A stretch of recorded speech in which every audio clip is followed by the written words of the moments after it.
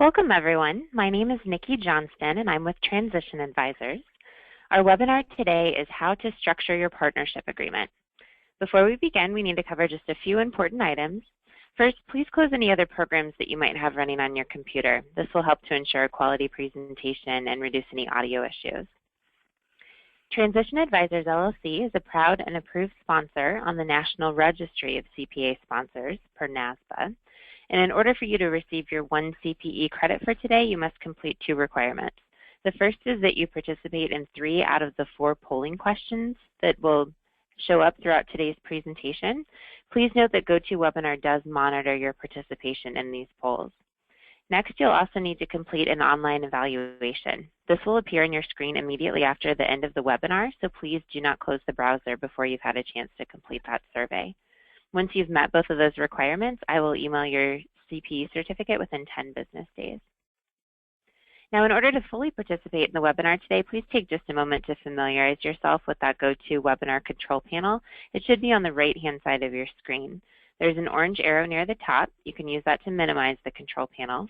And during today's presentation, all participants will be muted. But if you have any questions, you can type your question in the box and click send. Time permitting, we'll answer in today's session. Finally, I'd like to remind you that Transition Advisors offers 2 free webinars each month. We have some of our upcoming topics on there on the screen. August 18th, prepare an upstream merger. September 7th, we've got one on alternative deal structures. And you can see a complete list of all the other webinars for this fall if you visit the website, where you'll also find links to register for them. Now, as a reminder, you received an email this morning from GoToWebinar. In it, there was a link for you to download today's presentation, but I've also sent that via the chat function. So if you'd like to download the PDF, you can do that. You can also reply to that email. That'll go directly to me if you'd like for me to send it to you as an attachment or if you have any other questions. Now I'd like to introduce our presenter for today's session. Terry Putney is the CEO of Transition Advisors. Thanks so much, and I hope you enjoy the webinar. Thanks, Nikki. First, obviously, we want to apologize for what happened the first time we tried to do this presentation on July 21st. And for those of you that have stuck with us, thank you very much for coming back. You can imagine the panic we were going through as we couldn't get anything to work on the GoToWebinar website. So anyway, and that explains why in the previous slide, we still had August 4th on there. We unfortunately didn't catch that to update the fact that we'd already presented that. If that topic is of interest to you, you would be able to view that webinar that we presented a week ago on our website. Transition Advisors, just a little bit about us. Transition Advisors is a national consulting firm that we work only with CPA firms, only with issues related to ownership transition, which falls into 2 main categories. One is mergers and acquisitions, and the other is working with internal succession and owner agreements. And obviously the point of today's presentation is the owner agreement part. As you can see, some of the things that we're involved with specifically in those 2 areas on this slide. Today we're going to address these various issues related to ownership agreements. Let me give you an example of why having an ownership agreement is so important. Recently I worked on and I'm still working on, a project where it was a 3-partner firm. 2 of the partners were in their mid-70s and one was in her mid-30s, and there was another candidate within the firm that they identified as someone they wanted to bring in as a new partner. This firm had operated for years without any owner agreement, and we went through the normal process that we would usually use for assessing value and trying to build terms for how the new owners would be bought out, and everything seemed to be working well until we got to the point where it was time to actually agree on the terms. Partners, or the 2 younger people, one being a partner, who had no employment agreements, no restriction on leaving the firm, decided, you know what, we don't really need to buy you out. We'll just take the clients that we want and we'll go our separate ways. So the firm, working under the assumption that they had a cohesive unit within the firm of owners and everything would work out well, turns out to be not the case at all. So The lesson learned in that, of course, was there should have been an owner agreement put in place years ago before the transition of those relationships had already occurred. And unfortunately, in this case, the younger people kind of took advantage of that. But that's a great example of one way that not having an owner agreement can cause problems. Other examples are death. You know, you and your partner or partners might have a very good understanding of how you deal with the ownership interest in the firm in the event of something like death of a partner, but unfortunately that person isn't the one you'll be dealing with. You'll be dealing with the estate's lawyer who may have a whole different idea. Divorce is another example of when you can have contentious issues related to ownership. Disability, of course, is a sudden kind of problem that can create problems without an owner agreement. So the things that we're going to address today are governing the operation of the firm, the use of an owner agreement to manage the transition and buyout, addressing other types of controlling unexpected terminations, admitting new owners, and how your owner agreement factors into mergers and acquisitions. So with that, we'll get into our first polling question to get an idea of what our audience looks like. Nikki, you want to launch the polling question, please?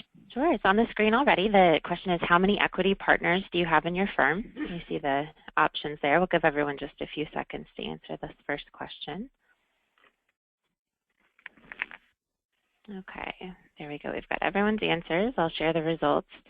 Looks like we have 58% of the folks are sole practitioners. Then we've got 26% in that 2 to 4 range, 11% in the 10 to 19, and 5% 5 to 9. No one in the 20 plus.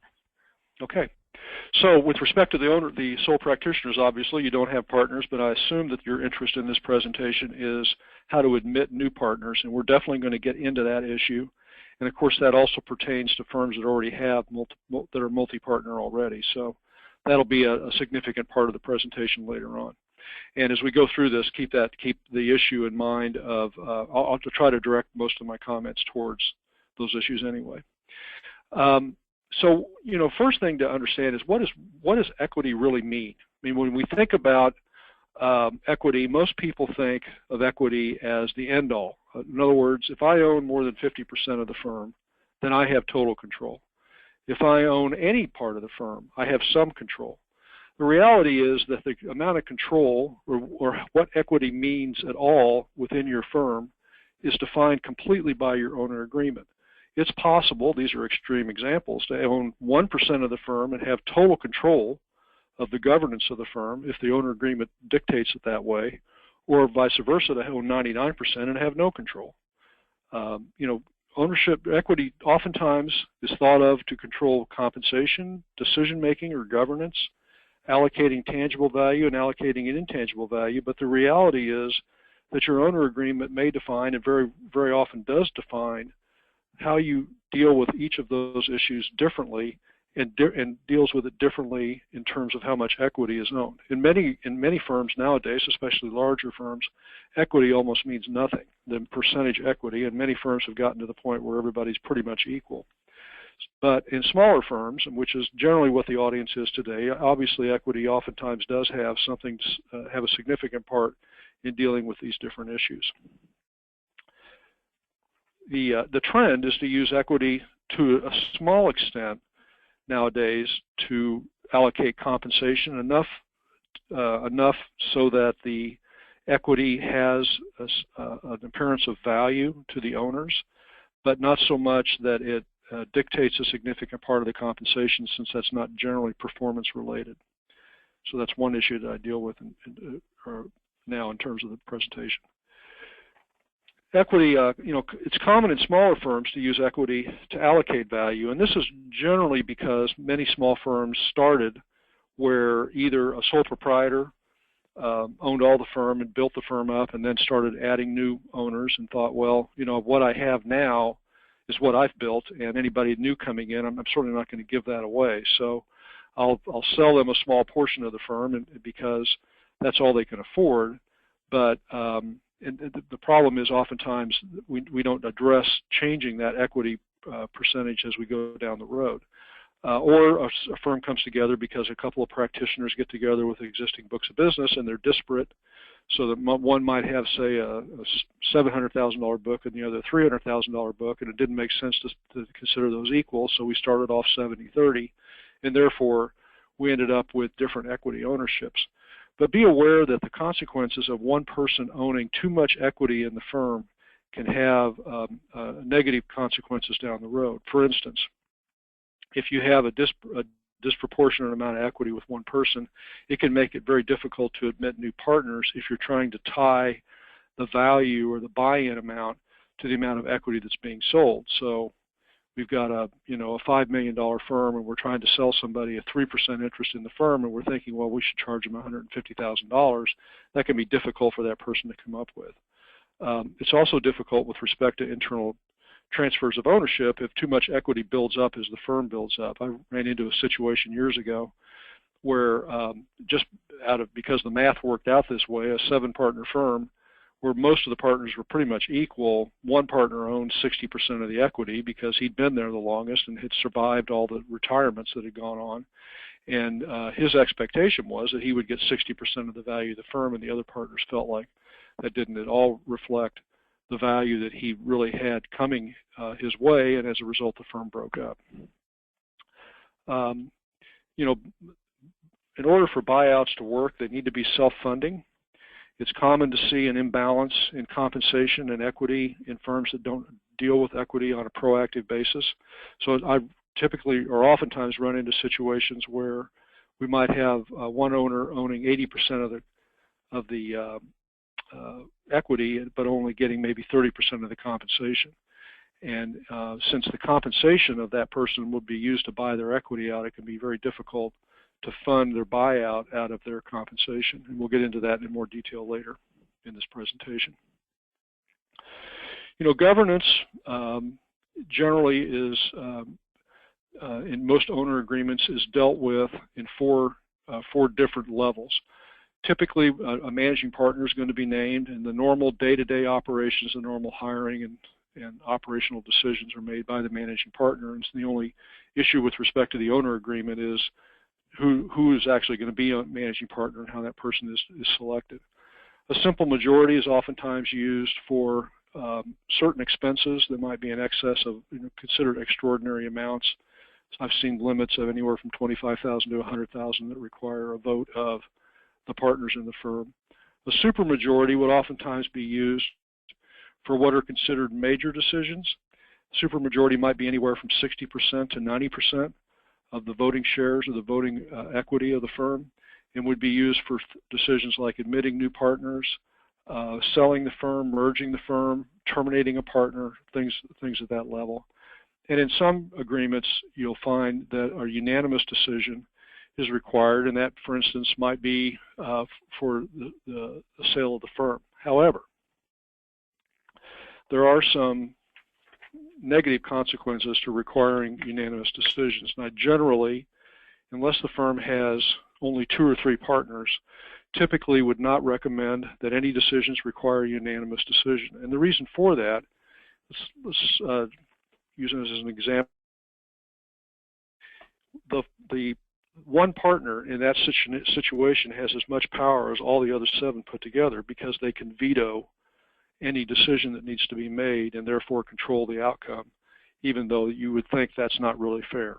So generally, we try to avoid recommending the use of unanimous decision making and use instead a supermajority approach to most major decisions, again, unless you have only 2 or 3 partners in the firm, in which case you really need to have unanimity for these major decisions.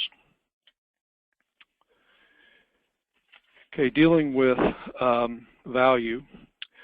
The value of your firm is primarily determined through maintaining or executing a proper transition of an owner's duties. Another issue we need to deal with is affordability of the terms. How are we going to determine the value and what some of the trends are? So let me get into those in detail. The value of your firm is made up of 2 pools. One of those is your tangible assets, which is primarily made up of what makes up your accrual basis balance sheet. So that would be oftentimes, for the most part, your receivables and WIP, if you finance your firm through through liabilities. Those enter into it, of course. Generally, most firms, leave enough cash behind to operate with, but not an inordinate amount. So generally, we're looking at the accrual basis book value of the company as the tangible assets. The intangible assets are what makes up, or generally is tied to your book of business, the revenues, the profits. And generally, when we talk about a firm being worth 1 times revenues or 0.75 times revenues, what we're referring to is the intangible assets. So in dealing with the overall value of a firm for internal purposes, we need to consider both pools of assets. In an external deal, generally, oftentimes, if you're buying a practice, so you're buying a sole proprietor's practice, you normally would value the book of business at some percentage, and oftentimes the seller is going to keep their receivables and WIP and other balance sheet items, or if they don't keep them, they're used for a short period of time by the buyer and then eventually liquidated back to the seller. So generally this is the same concept that's used in external deals. It's just that oftentimes in external deals, the only thing that's dealt with in terms of a transfer of ownership is the intangible assets. The intangibles typically make up anywhere from 2 to 6 times the value of the tangibles. So generally the overall value is heavily weighted towards the intangible assets. The principle of value, and oftentimes when I talk to small practitioners, one of the things they tell me, because they're concerned about a contingent deal, and this is typically in a merger and acquisition scenario, they're concerned about the contingency and what risk they're taking because they're accepting a contingent deal, is that no one can keep their clients because they're personal relationships. These are relationships I've built over maybe 20 or 30 years. I go to my clients' kids' weddings. They tell me things they wouldn't tell their spouse. I have this very personal relationship. And what I have to remind them of is that if in fact that was the case, which it's generally not the case, that the relationships can't be transferred. But if they couldn't be transferred, that means the firm has no value. So the question isn't whether or not we can transfer, it's how we're going to do it and how we're going to make it effective. So what creates the intangible value in your practice is your ability to successfully transfer relationships that are oftentimes personal from you to somebody else. And that applies both in an internal deal as well as an external deal. There's an example. I worked with a firm a couple of years ago. It was about a $7 million firm. I think they had partners. And one of the partners was involved in a special kind of computer consulting that no one else in the firm knew how to do, at least not at the partner level, and there wasn't anybody on his team that appeared to be partner material. So as we went through the process of determining how to put together an owner agreement for the firm, one of the things I had to point out to them was, well, with respect to this one partner, I'm not sure we can adequately assess what the value of his portion of the firm is because of the fact that he's quite frankly not replaceable within your firm. You don't have a plan for his successor. We don't know if you'll ever have a plan for his successor. We're probably going to have to carve him out and do something different to be realistic about the fact that if he leaves right now, it appears that you'd lose that business. Well, the result of that was that because they were unable to find an alternative solution to that, they actually ended up merging upstream into a firm that actually could provide succession. And I think that answer, but that was clearly at the front of their concerns, and I think illustrates this issue of value being tied to a proper transition of duties. So the keys to maintaining intangible value when a partner retires or terminates is, first, you have to have the right successors in place that's ready to take over. And there's an entire webinars that we've done that you can look at on our website that address this issue of how to create a succession plan within your firm. But that's obviously a key. You've got to have the people in place that can take over for you and are ready to do it when the time comes. The second thing is you've got to have enough time to execute the transition plan. We normally recommend that it takes about 2 years to properly transition the client relationships to make sure that the client is comfortable that the person that you've assigned the responsibility to take over for you is able to do so and has made the decision that they're going to go along with this after you leave. So oftentimes the agreement require a 2-year notice period. You need to have a proper execution of the plan. I mean, the fact that you gave me 2 years notice and then didn't execute a transition can undermine the fact that undermine the purpose of the notice in the first place. So what you have to have in order to create value is a strong transition business plan, and you need to tie that into the owner agreement so that you've got incentives to make sure that that plan is executed. So as I stated, the way to tie your transition into your owner agreement is first to require a proper notice of your intent to terminate. I've seen a lot of agreements, typically written by lawyers that are not, that are typical for any industry, not necessarily an accounting firm, that require as little as 90 days notice of an intent to leave, and that basically you can cash your chips in. All you have to do is give 90 days notice. I've seen agreements that require no notice. But we usually recommend that the agreement require a 2-year notice of an intent to terminate or retire. And if you fail to do so, then the penalty for doing that would either be some percentage discount that is applied to your normal buyout. I've seen those discounts be as high as 50%. It's not unusual for them to be in the 20 to 30% range. What we prefer is actually to make the deal more, in smaller firms, is to make the deal contingent. In other words, we will penalize you if in fact we do lose business because of your failure to provide adequate notice. So whatever loss of business, and we can tie it to the overall firm's business or we can tie it to your area of responsibility, whatever the loss of business is reflected in your buyout. Increasingly, we're seeing firms require that not only do you give proper notice, but you actually execute a written transition plan to the satisfaction of the firm, and your failure to do so reverts back to what would have happened had you not given proper notice.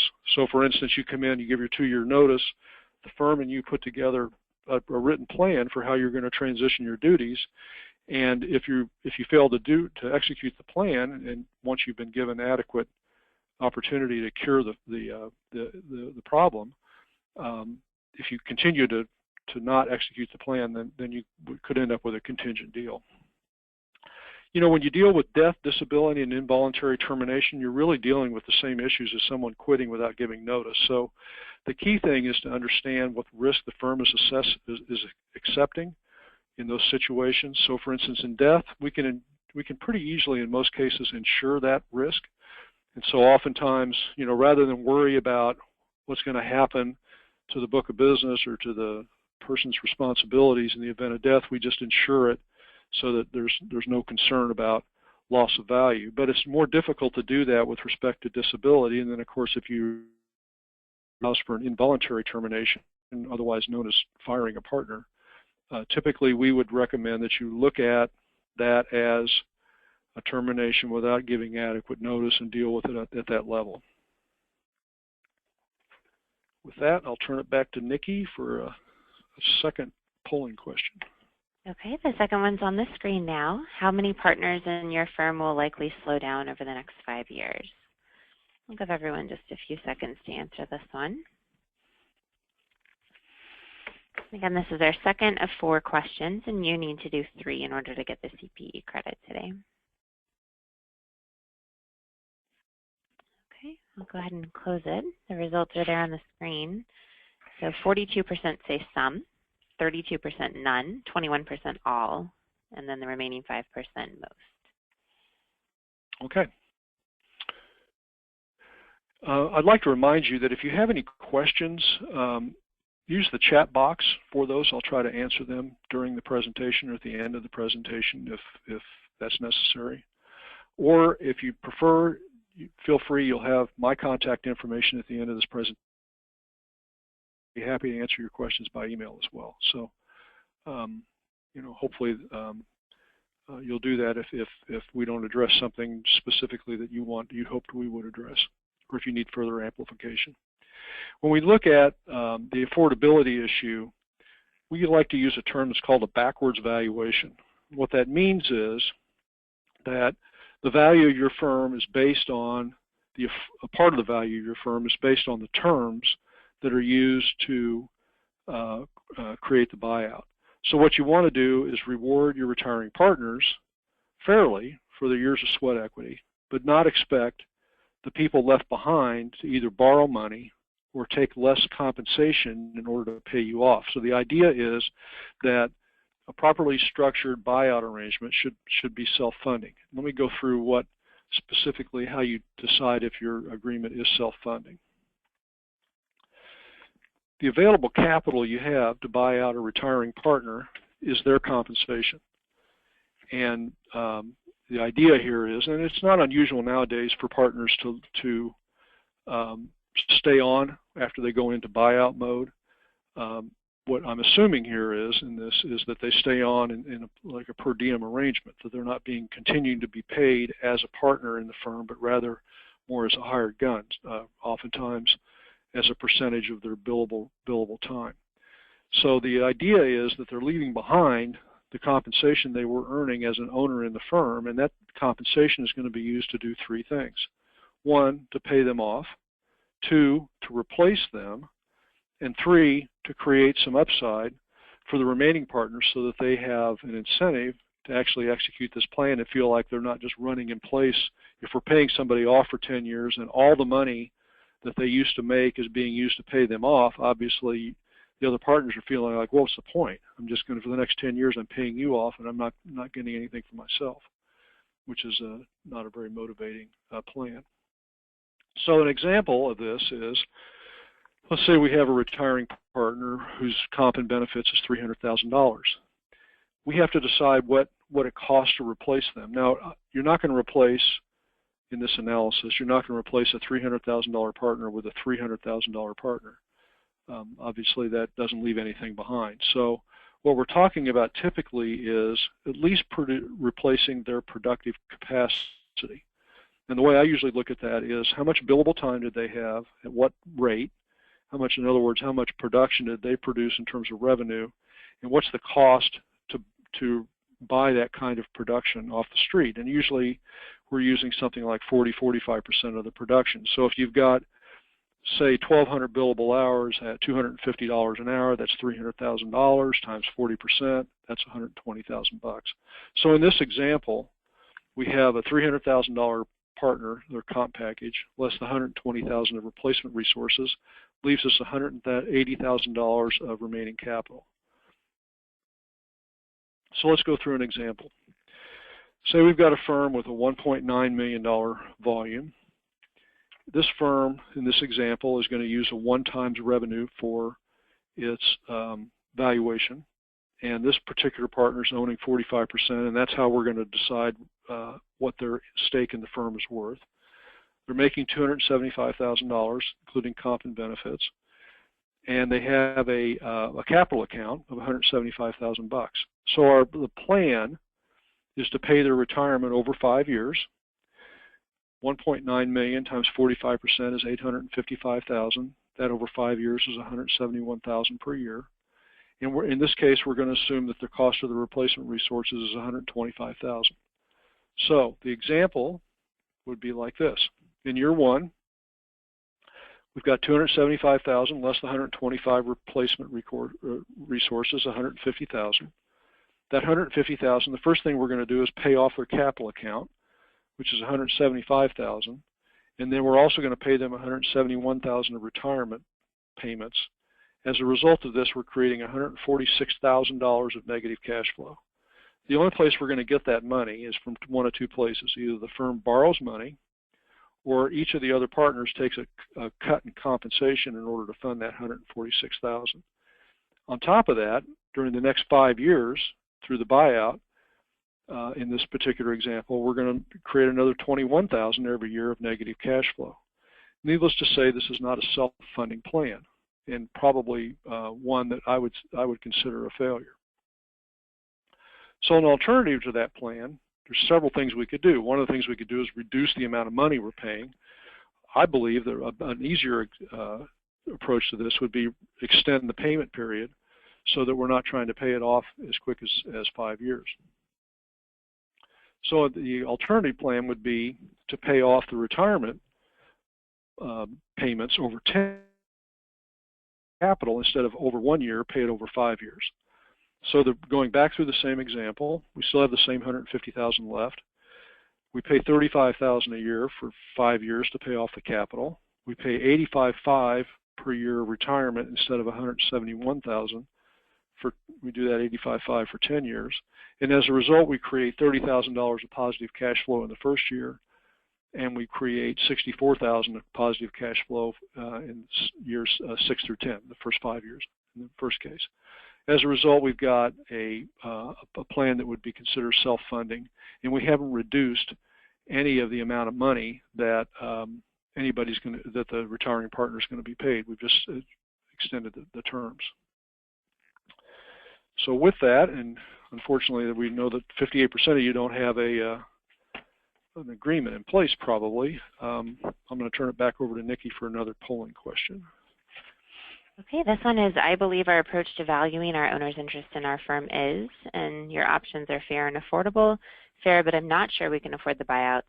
Not fair too high, not fair too low, or you don't have an agreement. We'll give everyone just a few more seconds to answer. This is the 3rd out of 4 polling questions today.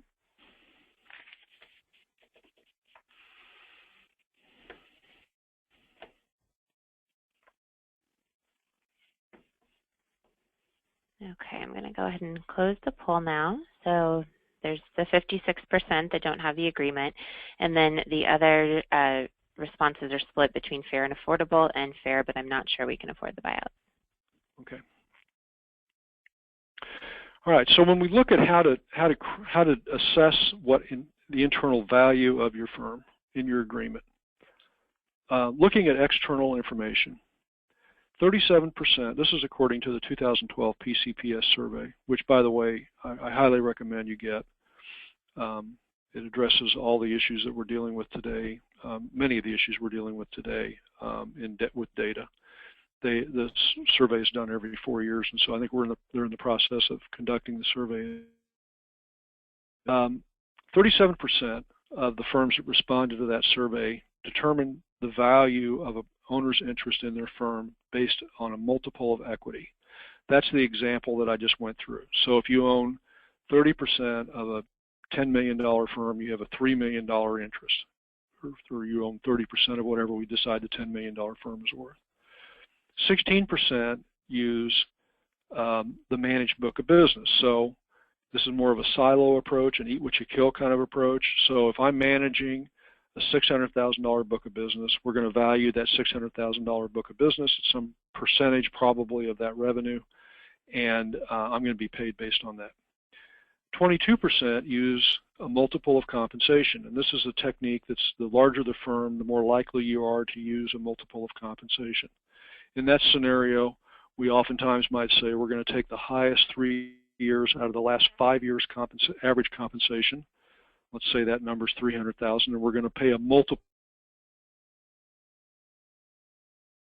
on average in that example, and we use a 3 times multiple. That's $900,000 a year for 10 years. And 25% use something else. This could be anything from a flat amount of money or some kind of equal allocation or some other hybrid approach that maybe is a combination of those different techniques. You know, in looking at what the value is, because most of us think of value in terms of a percentage of revenues, and looking at the 2015 Rosenberg survey, which is another survey I highly recommend, for firms that are over 20 million in size, the average was about 68.5% of revenues. So in other words, regardless of how you decide what the value of your firm is or how an individual partner's interest is going to be valued, if we added all the partners up, 68.5% of their buyouts would be their buyouts relative to revenues would be 68.5%. And as you can see, as the firms become a little bit smaller, the valuations tend to go up. But in no case do they ever get to 1 times on average. And that's definitely the trend. The trend is that on internal valuations, the the valuation multiples are coming down. I think that's mostly because most firms are struggling with succession, and in order to create an internal plan that's going to work, one of the things they need to do is to lessen the financial burden on the younger generation so that they're able to actually pull this off. When you look at the firms that are using compensation as a multiple of compensation as a valuation technique, the historical, back 25, 30 years ago, almost everybody used 3 times. 3 times compensation was perceived to be roughly equal to 1 times revenues. If you think about the standard of 1/3 of your revenue going towards staff compensation, 1/3 towards partner compensation. 3 times 1/3 is 1. So that's why we got the 3 times compensation was a proxy for 1 times revenues. But over time, we're seeing that firms, again, are pulling those multiples down, particularly the larger firms. So about 15% of firms are now using about 2.5 times, and roughly 15 to 20% are using as little as 2 times. I've seen multiples as low as 1 times. The advantage of using a compensation, and I'm not suggesting you use 1 times, by the way. The advantage of using compensation multiple is it's not static. It's automatically adjusting all the time. And since we tend to deal with compensation on a more current basis, the allocation of compensation tends to be fluid, and therefore the allocation of value, the firm tends to be fluid along with it. Why are internal valuations typically lower than external valuations? And if that may be a surprise to you, but they are. There's generally 3 reasons.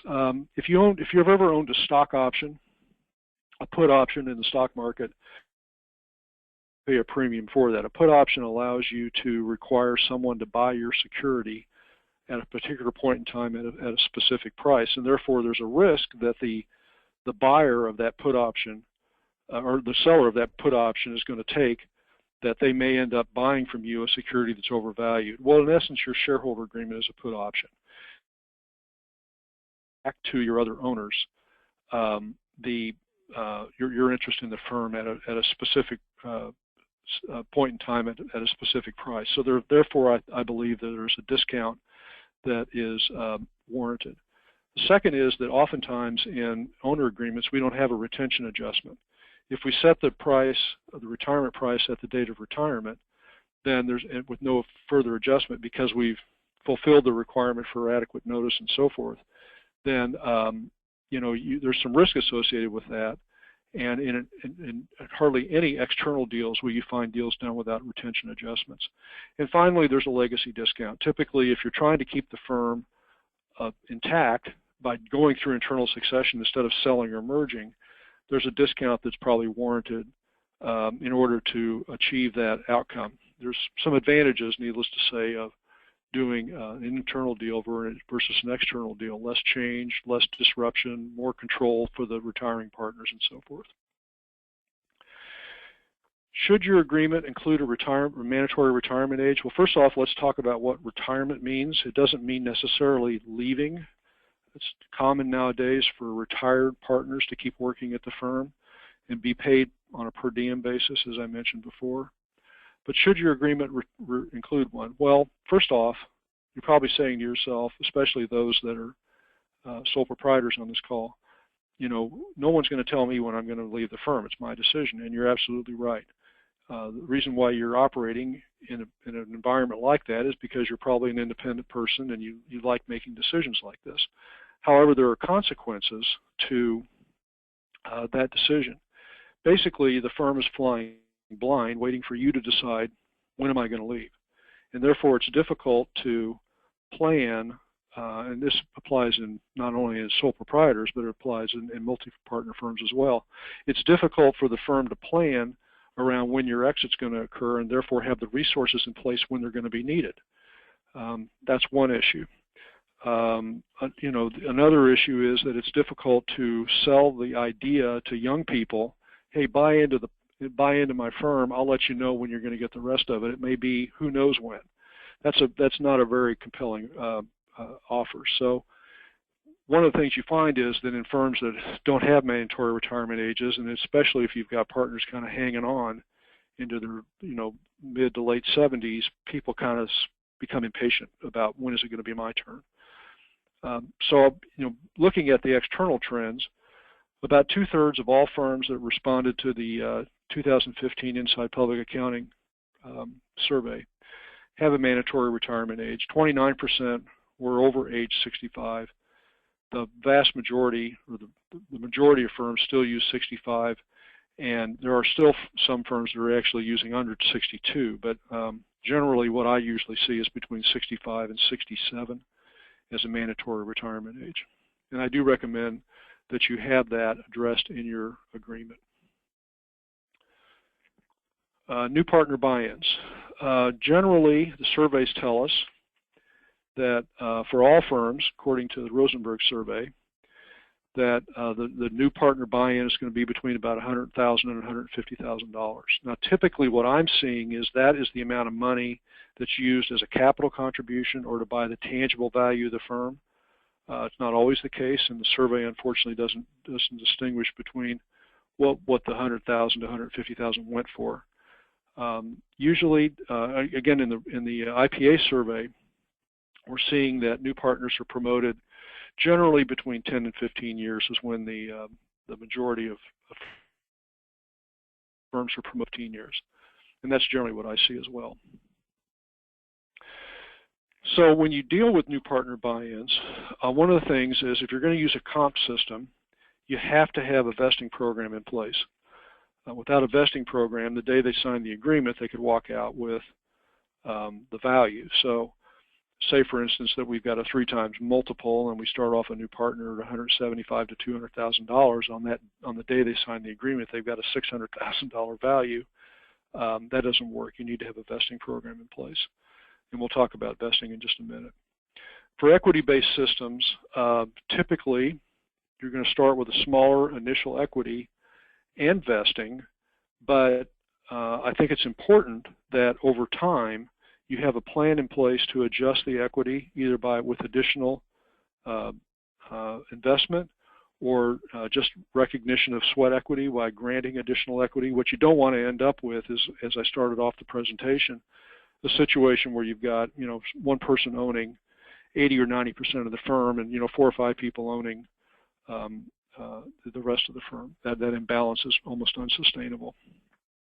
What I really think is a good approach is the unit system, and I'm going to describe what that is now. We wrote an article for the Journal of Accountancy that was published in December of 2015 called How to Admit New Partners, A Fresh Approach. And you can download that from our website. It describes in detail how to do this. The unit approach, or AAV approach, would generally involve creating one unit for every dollar of volume in the firm. We don't have to value each unit at $1. We could value it at 75 cents or 60 cents or 90 cents, which in essence is saying the firm as a whole is worth, the intangible value is worth that percentage of revenues. But the units tracks as the firm's volume increases, basically assumes that the firm's value is increasing along with it. So an example would be a $5 million firm. We would create 5 million units, and we would allocate those units to each of the existing partners. So let's say we've got, let's go into the next slide. Say we've got, in this example, this would be a $6.2 million firm. Partner A, for whatever reason we decide, should have 1.2 million units when we start this process. The other 5 partners, for however we decided this, should have 1 million each. And we're now admitting a new partner. And that new partner would start off with no units because we're basically assuming they had nothing to do with creating the value that we currently have. It's not unusual for us when we actually put these plans in place for us to start a new partner off with a nominal amount of units as a recognition of some of the value they may have created up to that point. But usually it's not a significant dollar amount. And for sole proprietors, I think this is a great way to admit new partners, by the way. So as time goes on, the firm grows. 5 years later, we've created an additional $1 million, or let me see, this adds up to 1.2 million additional dollars of volume. So we've allocated, in this example, that equally to all the partners. That isn't necessarily how you do it, but it's one way to do it. So after 5 years now, that partner A who started at $1.2 million has 1.4 million units. The other partners each have 1.2 million, and the new partner has 200,000 units. Partner A retires. We allocate his units, or we pay for his units over 10 years' time, and whatever percentage we're using as the unit value would dictate the amount of money he gets, but he would in essence be bought, 140,000 of his units would be bought from him each year. Say if it's $1 per unit, it's 140,000 per year in payoff. And then those units, as they're paid for, are redistributed back into the other 6 partners. So again, if we did that equally, those 140,000 would go in at the rate of around 23,000 per unit, per partner. And you can see over time, the people that are responsible for paying off partner A are the ones that are becoming the beneficiary of the buyout. So the beauty of this is that it creates, in essence, a strong recognition of the sweat equity that's involved with both building the firm and with successfully buying out retiring partners. I think the benefit of it is it doesn't require new partners to buy any of the intangible value, but they still start accumulating value, which is one of the disadvantages of a static equity approach. It's flexible allocation, rewards sweat equity. You've got built-in vesting because the new partner, in essence, doesn't get anything that they haven't really earned. And although I still recommend you use a vesting program. And it has the flexibility of a comp-based system combined with the same kind of entrepreneurial approach that an equity system has. Vesting, when's it appropriate? I think it's appropriate in almost every plan. I think the key to vesting is making sure that the succession team that you've put in place stays in place through the execution of the succession plan. Oftentimes, what we'll do, a firm that either has no agreement or is changing their agreement and bringing new partners in as a result, and we'll look at the senior partner group and say, how long are you going to be here? How long is it going to take to pay you off? You know, let's make sure that this new team we're assembling as a part of this plan is going to be in place throughout that payoff period if we can, so that may dictate the kind of vesting, the length of vesting that we're using. It's not unusual for us to use a 10-year cliff vesting on tenure, meaning 50% ownership after 10 years and maybe anywhere from the 100% being anywhere from 15 to 20 years. It's not unusual for us to also put in place age vesting, where a partner only becomes partially vested at, say, age 55 and not fully vested till age 65. Our last polling question, Nikki, I will turn it back to you. Okay, this is the final one. Does your firm have an owner agreement? So if you don't, you can select one of the last two. No, but you need one. No, you aren't sure you need one. And then if you do, the options are it's signed by all owners, but not, or that not all owners have signed it. I'll give everyone just a couple more seconds. Okay, I'll go ahead and close the poll. 30% say yes, and it's signed by everyone. Nobody says that they have one, but it's not signed by everyone. And then 45% need one, 25% aren't sure that they need one. Okay. We do have a chat room question I'm going to get to during the coming up here real quick. And if you guys don't mind, I'm going to run over just a little bit, probably 5 minutes.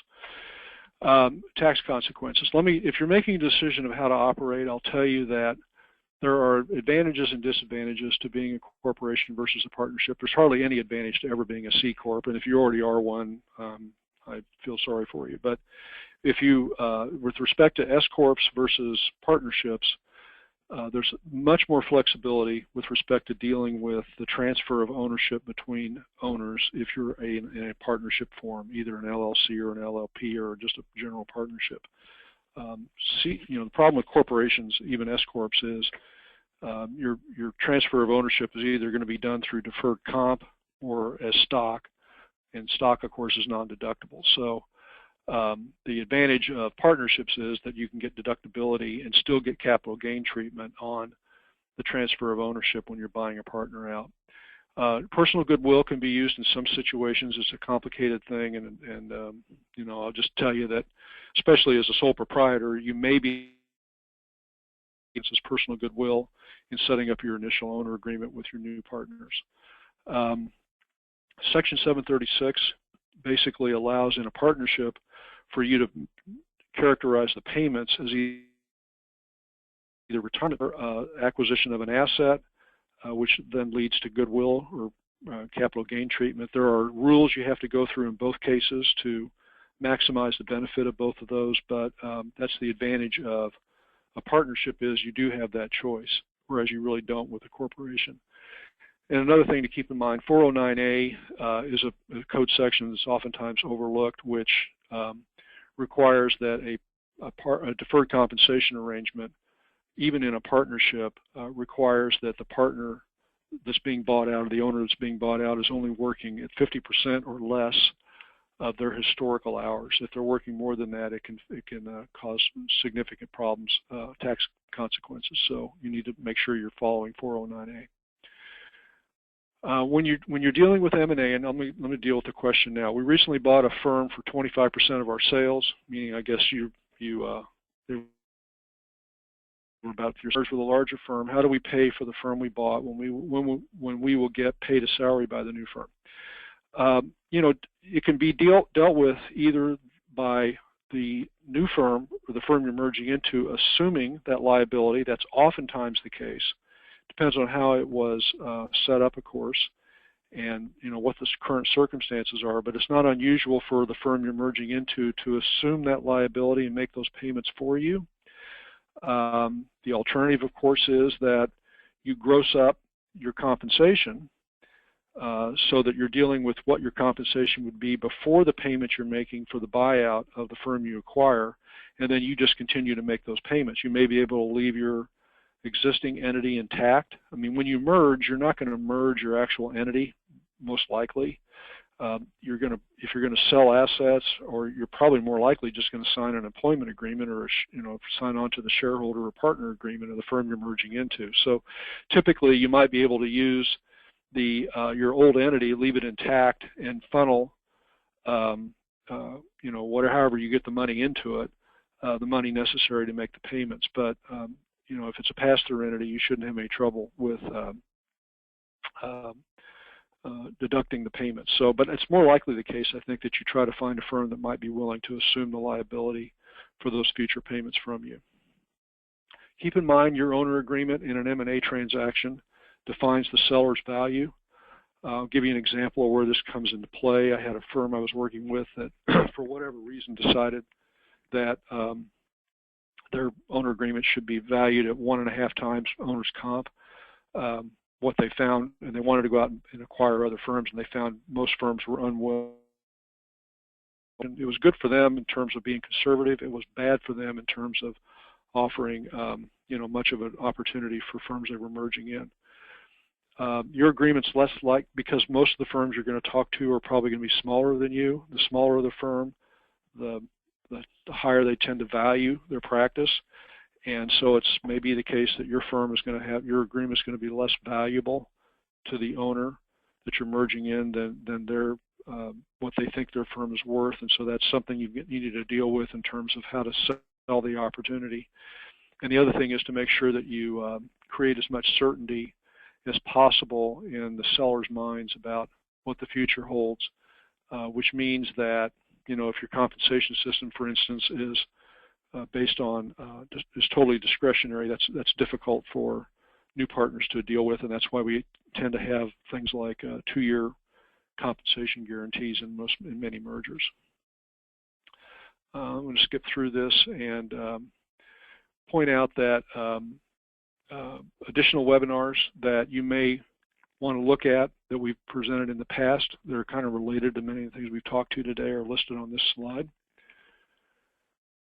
There are many articles on our website about these issues. We wrote for the AICPA's Journal of Accountancy, a series of 12 articles, 12 months in a row from July 2013 to 2014 on every issue you can imagine with respect to succession planning and mergers and acquisitions, and then follow that up with three more articles from October to December of 2014 on valuing accounting firms. And then I've already mentioned this article we wrote in December 2015. The AICPA has a succession planning resource, that's my partner Joel Sinkin down there, that we helped put together, which has a lot of tools around succession planning. I recommend that you access that. And finally, I'm a member of the CPA Consultants Alliance, which members of that alliance are listed on this website. We have written just published a book that you can get at Amazon.com for around $50. This is the name of the book, and we also have issued 3 white papers on issues. This third white paper we issued in 2015 is on succession challenges for CPA firms. So with that, again, there's my email address. If you have any questions, feel free to send me an email. Nikki. Great. Thanks so much, Terry. Thanks, everyone, for attending. Right after we close, a survey that pops up, so please take a moment to complete that before you close the browser. That's what you'll need to do for the CPE credit. Those articles that Terry mentioned, you'll receive an email later today in about an hour that will have links to all of those.